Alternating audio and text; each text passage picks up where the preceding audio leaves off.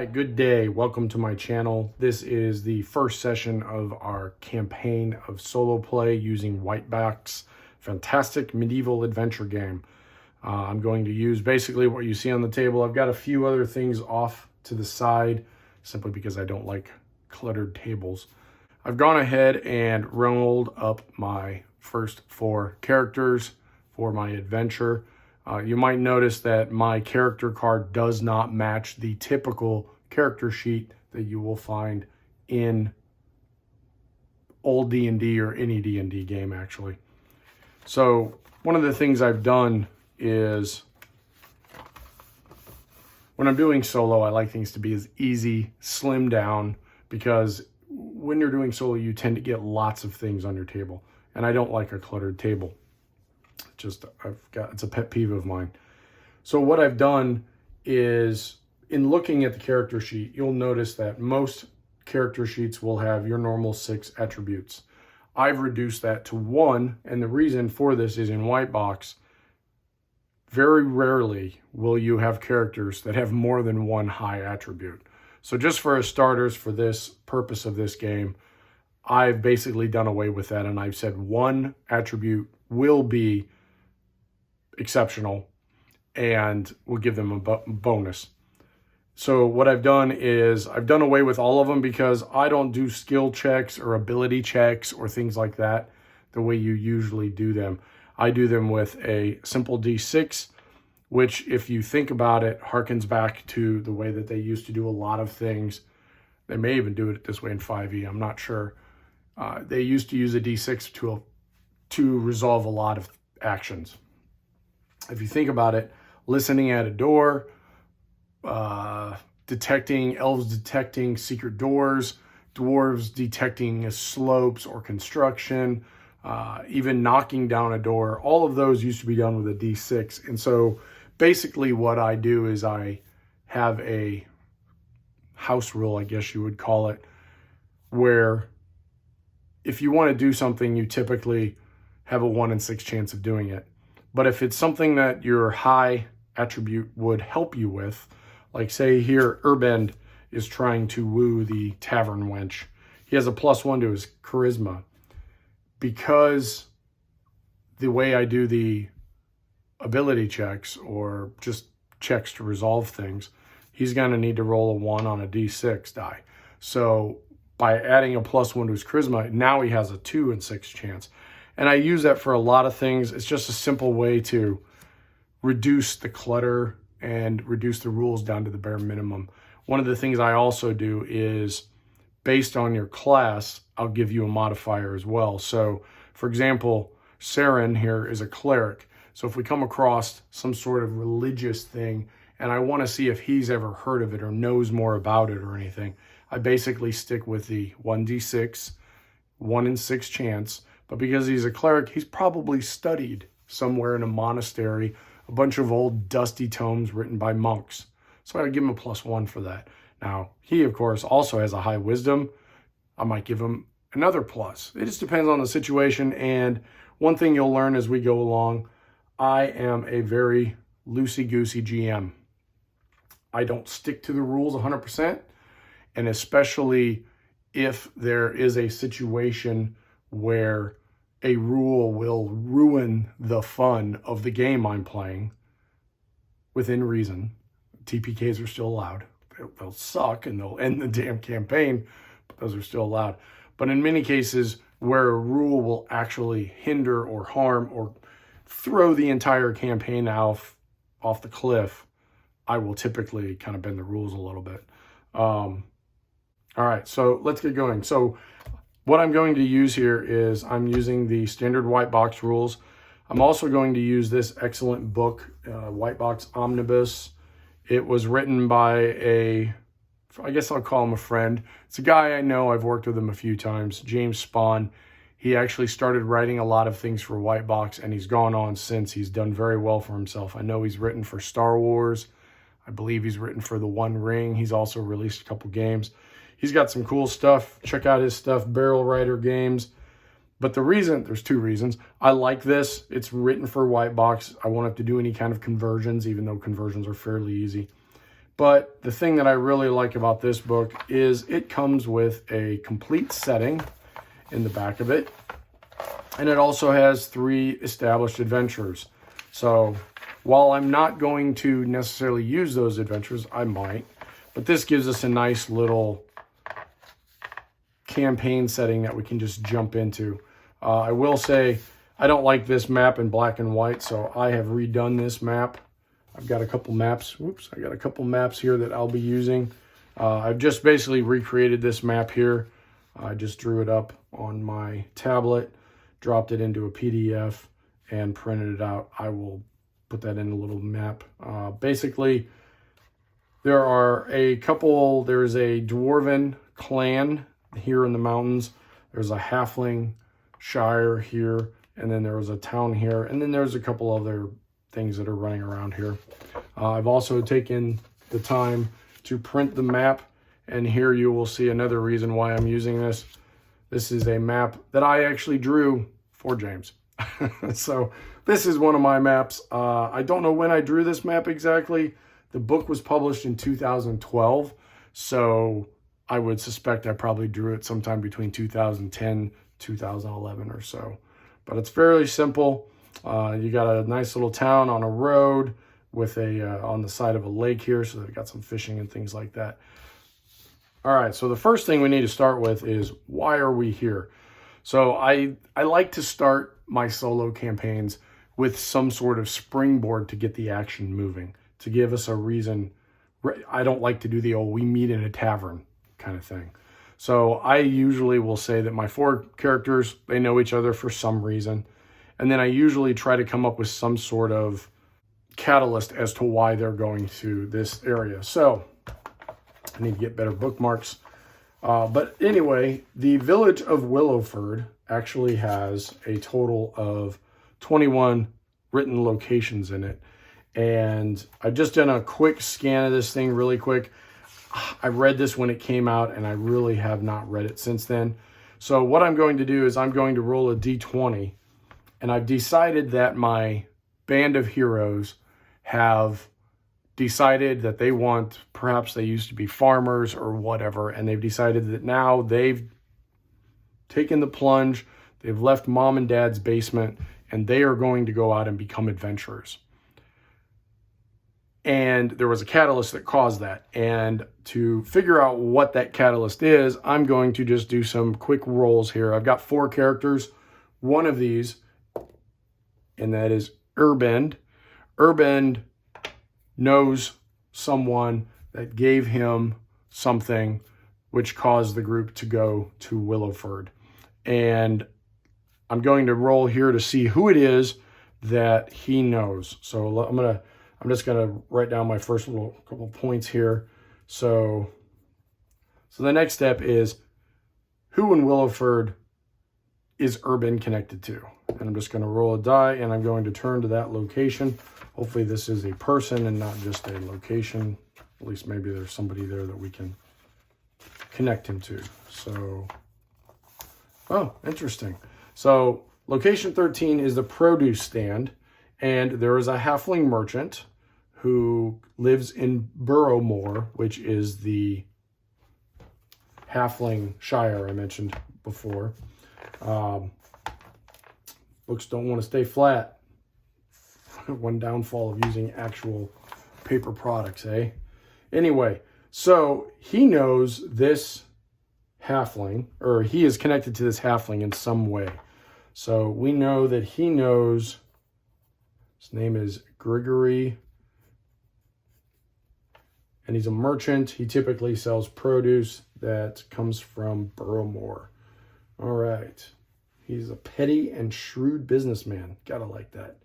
He doesn't seek fabulous wealth, but instead just wants to make a profit off, quote, foolish big folk. Thanks, James. James likes hobbits and halflings, and so do I, so we got that kind of connection. All right, so he's taking something to Grigory.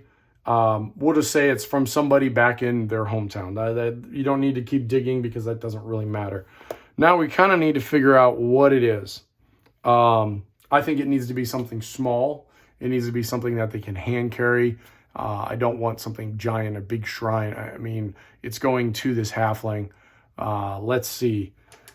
I'm going to use my oracle here, and I'm going to start out with some basic questions. Is this backpack sized? Yes. So this is something that would fit in a backpack. What could it be? Is it an artifact? Yes, barely. So maybe I'm going to, let me think a little bit. I'm going to keep digging a little bit deeper on that. Is it of great magic? I'm going to guess, I'm going to do out my oracle here in case this is the first time you're watching. I am going to say that I don't think it is magical. If you haven't watched my video about how I use my oracle, you might want to go watch it. I go into a lot more depth. But basically, blue is yes, red is no, and the white die is my slider die that bends with or slides probability in one way or another. I'm going to think that this is not something magical because he's giving it to a bunch of first level dudes to go to a town and give it to this halfling for whatever reason. So here I'm saying the probability is more likely a no. Oh, and I'm wrong. So he's giving them something magical. I think a good question would be, is this something that is ancient?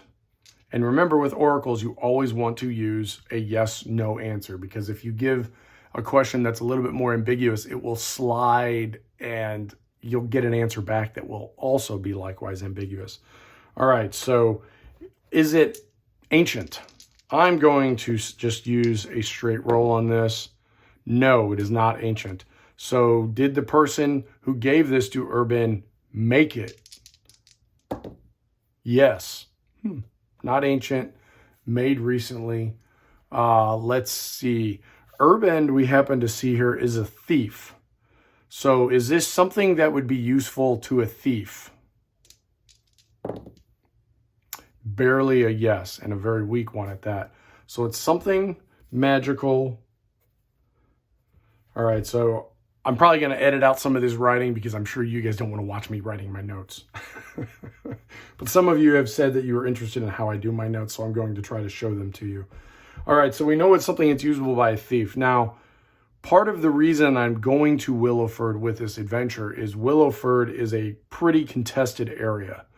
A little bit of background on this. All right, so quick history lesson. So this is called Willow Valley, and it used to be much more populated than it is today. There used to be towns scattered around here. At some time in the past, a dragon named Agatharon the Red came to the valley and basically started laying waste to it. He eventually would build a kingdom based off of an area called Flaming Pass, which is up here in the map. We probably won't get there for a while. Dragons are a bit powerful.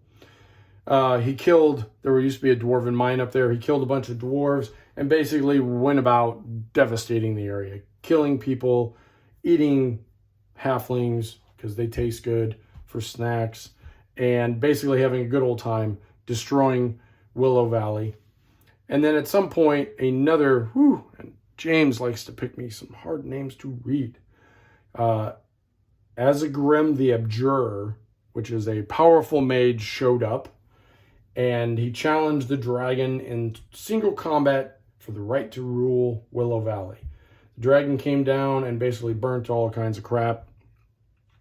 Azagrim drew the very life away from the western forest of Willow Valley, which would be this area right here.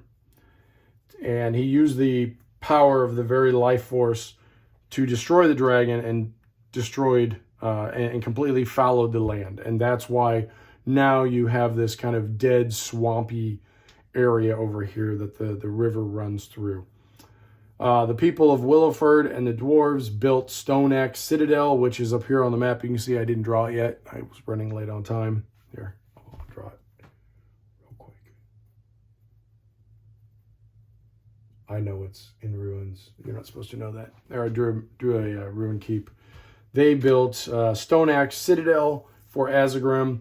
Azagrim, being a typical mage, was like, yo, thanks, and retired to his tower. And that was decades and decades ago. This area is peppered with ruins, and there are also quite a bit of nasties that are about. So I think that something that would be coming here that would be for use by the halflings or useful by a thief would probably be something that would be utilized to help combat the dangers that are here. We've got the swamp, we got a swampy area here, we got the deadlands here, and we have recently heard grumblings from up in Flaming Pass. So we think bad stuff could be happening. So is this magic item something that could potentially help defend Willowford from all of these evils? I think that is probably likely, and I think that is what we'll roll here. And that is true. So this is meant. All right. So now we have an idea of what this purpose of this magical item is. I think I'm going to leave it at that. I'm going to say it's perhaps in a wooden box. Actually, I'll write that down. Our band doesn't know what it is. We'll figure that. We'll leave that as an unknown, something, maybe it'll come back into the game. All right, so now we're going to actually play. And I've kind of laid the foundation for the game here. So we start down here in the bottom. If you notice on here, it says each hex is 10 miles, which is an interesting choice because I think since he's written this, the sort of de facto standard is a 6-mile hex. So starting down here in the bottom, we've basically got on the road, we can do 2 hexes a day. So we can basically go from here to here. And then if we push through, we could make it on the second day. It'd be, you know, like I said, I'm a loosey-goosey. I want to do 1 encounter on the road here. One thing I also like to do is a lot of games you will see they do 1d6 check per day to figure out if there's a random encounter in hexes and things like that. If you read the Long Hill entry in the book, it talks about this is a fairly frequently traveled area and there's not really that much of a chance for an encounter. So one of the things I do this in my hex game as well, I slide that chance for a random encounter around. So for this game, I'm going to say if you're on a road, you have a 1 in 8 chance of encountering something. If you go off the road, then it will change depending upon the area. So we are on the road, so we are going to roll a d8 and see if we have an encounter. I usually do it once per day and then once while camping. And at camping, I have some other house rules. I'll go over those. So this is to see if we have an encounter during the day. We do not encounter anything on the first day while we are traveling to the village of Willowford. Then we camp on my map here. So we travel about to here. We camp right here for that first night.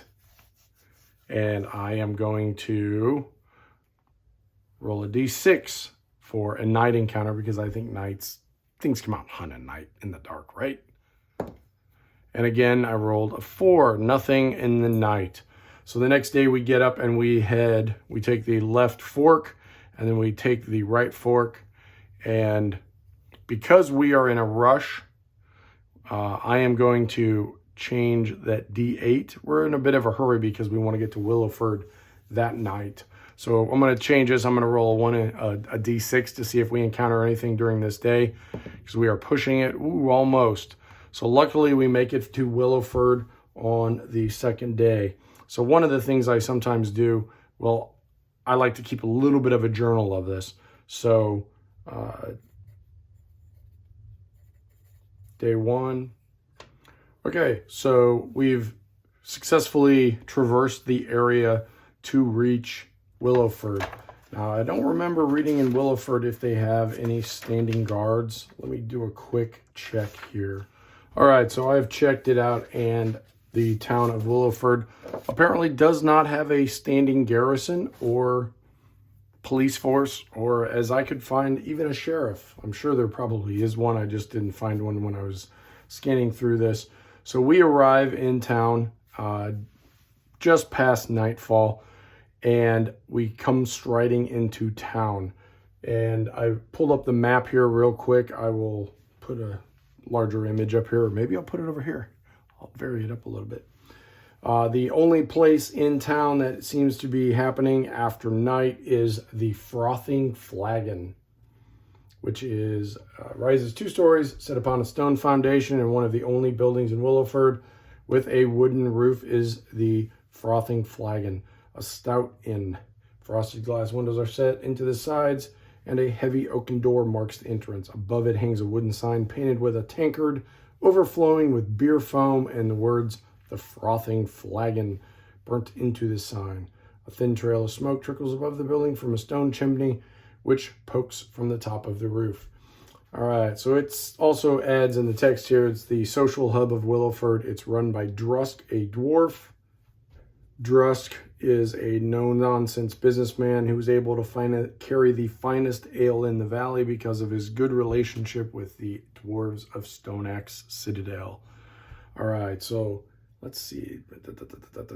All right, evenings are usually busy with a patronage of 2d6 plus 2. So let's see how many people are in here today. It looks like there are 9 people in the inn at the Frothing Flagon. Let's see here.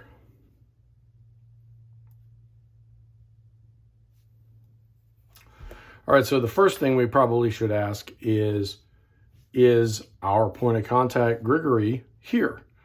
I think that it is probably unlikely because he probably heads back to Boroughmore in the evening. He sells his produce during the day, and then he probably goes back to his home at night.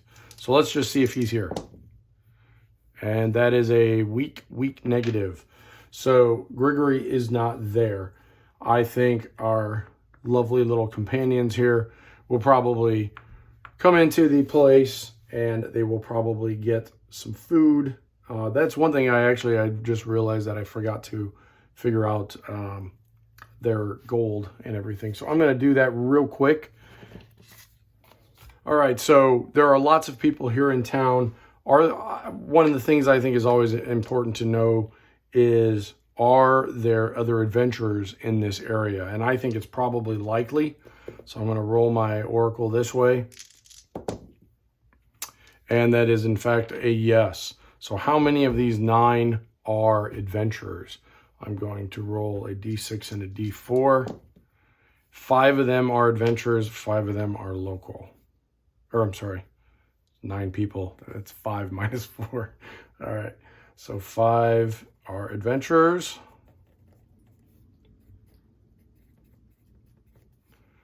All right. And real quick, let's see if we can figure out who these... I'm guessing the church dude is not there. All right, so the mayor might be important to see if he's here in town, if he's in the, he is not tonight, so. All right, so there is at least one group, it might be 2, I don't know, but there's at least another group of adventurers here, which could be good because we could either use them as replacements if some of our characters get killed, which actually I should flip these all over again, eh? So you can actually see who our fantastic adventurers are. All right, so I think we're going to start out the night with Urban is going to strike up a conversation with some of the adventurers. At this point, I'm not really worried about who they are or, if they're friendly or not. We'll figure that out during play. So he's going to stride over to them. And at this point, I'm going to pull up my Perilous Wilds book, and I'm going to figure out a little bit about these wonderful people that we have here. So I'm assuming they're all some sort of adventurers. Now, bear in mind, this was written for Dungeon World, and so it does not always line up perfectly with this. So the first thing, actually, I need to do is go to the Freebooters on the Frontier book, and it's got a quick little table here to determine who is in this group. And one thing I'm going to do is we will roll race after that. And for race, when I play white box, I allow the elf, dwarf, and halfling to be any class. Except for halfling, I don't usually do magic user. And like I said, I bend the rules a little bit. All right, so let's just see who these 5 adventurers are first. 12. So there is a magic user. Oh, 2 magic users. What the heck? Maybe it's a band of magic users. 6. Fighter. Another fighter. And another fighter. Oops. Sorry, I'm a bit of a organization dork. All right. So real quick, and we'll just do this. I'm going to assume that these 1 through 5 or 1 through 4 is human, and 5 or 6 is an elf. So we've got human, another human. For fighters, I'm going to say 1, 2, 3 human, 4, 5 dwarf, and no, I'm sorry. Let's back that up a little bit. 1 and 2. Whew, I gotta write down some stuff here. 1 and 2 is a human. 3 and 4 is a dwarf. 5 is an elf. 6 is a cool halfling. And I rolled terrible. All right, so we've got a elf, another elf, oof, and a dwarf. So that is our little merry band of blokes that are enjoying a brew at the table. So I think he's human. I think he would probably walk up to one of the, you know what, first he's going to do this. He's going to try to watch them and figure out which one appears to be the leader. And I think that would probably be a fairly easy thing to do. But I'm going to roll a d6 and just ignore a 6. So 4. So 1, 2, 3, 4. This guy is our party leader. And let's see what this party leader's name is. Is he male or female? For male and female, I typically will do, I guess it's sort of sexist. Sorry, ladies. But I always say 1 to 4 is a dude and 5 and 6 is a female. So, oh, actually this one is a woman. All right, whoops. Woman. This is a human female, human male, fighter. The elf is a male, and that's still a male too. And the dwarf, here we go. Oh, darn, I was gonna see if we had some bearded women. Yes, that's a shot at you, Amazon. All right. All right, so let's figure out what our leader's elf male name is. All right, so we're going to use this here, 30. And I will tell you, I typically do not use this as is because a lot of these things are hard to say. And especially if I'm doing this video for you guys, if I got to say a hard word a lot, I'm going to stumble over it. So I'll probably tweak it a little bit so it's not so damn difficult. That EO Waller. I don't like that. I'm going to re-roll that. There you go. There's our first. Ooh, Gilgang? That's weird. Galundi. These are some weird elf names. Glundil. Glundil is that dude's name. And just because I like dwarves, I'm going to figure out the dwarves' name is too, because I like them. Ramel. One thing I do like about the names in this book here, this Freebooters book, these are very weird names. They're not your typical, you know, Rongor of Stone Axe and things like that. It's kind of interesting. All right, so real quick, like I just wanted to figure out a little bit more about Glundil. It's such a weird name for an elf. Glundil. All right, let's see. Personality. Let's see what this dude is made of. 9. Kind, generous, and compassionate.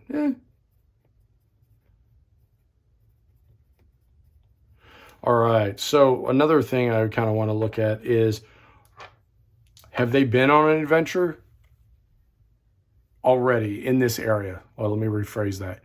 So I'm going to ask the Oracle, have they just come from an adventure? No. Are they planning to go out on an adventure? No. Weird. Are they just passing through? Yes. Alrighty. So,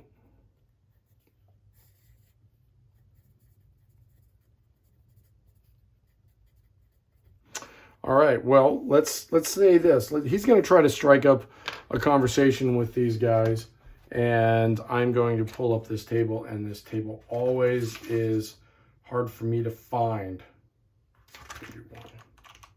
I always, for some reason, stumble finding this one. All right.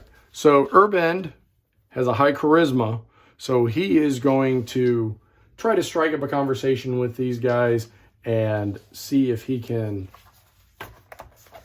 get into a nice, pleasant conversation with them and maybe learn something, see if they know anything about this area. So I'm going to roll in the reaction table. He gets a +1 because of his charisma. So we got a 10. That's actually very good. So we got a positive. So I'm going to say that he is able to get these guys to open up and have a pretty good conversation with them. And what I am going to use that for is I am going to use that to roll on the rumors and see if he can find any more, things out in this area. Yes, they have a mission to bring something here, but they want to do something after that as well. 3. He learns that the area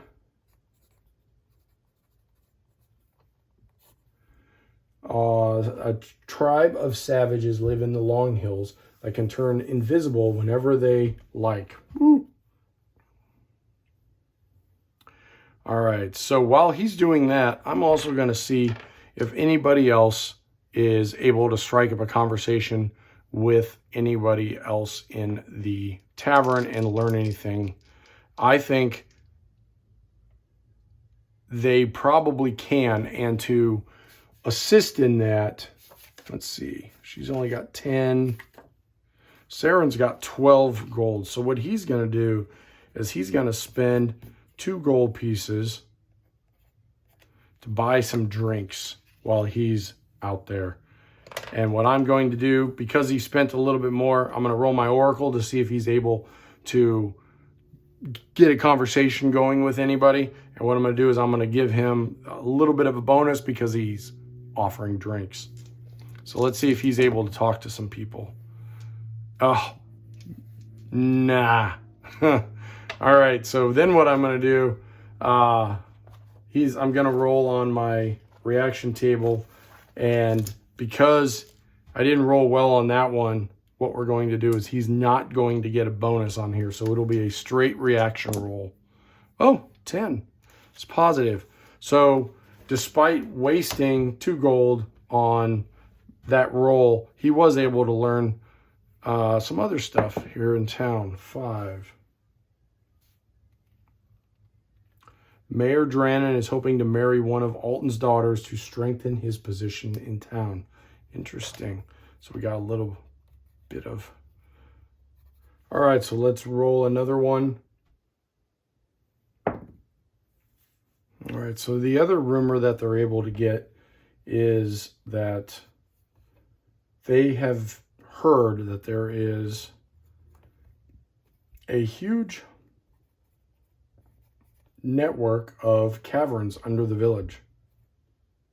All right, so my video is getting a little bit on the long side now. Obviously, this one went a little long and it really wasn't that dramatic or exciting. That's because we're just doing the establishment phase of what we're going to do next. I'm going to pause here and I'll have another video in the next couple of days. I'm trying to do about 1 a week. I wanted to get a couple initial ones up there, but obviously this is session 0 of your campaign. Obviously, you're setting up where you're going, what you're doing. It's not going to be super exciting.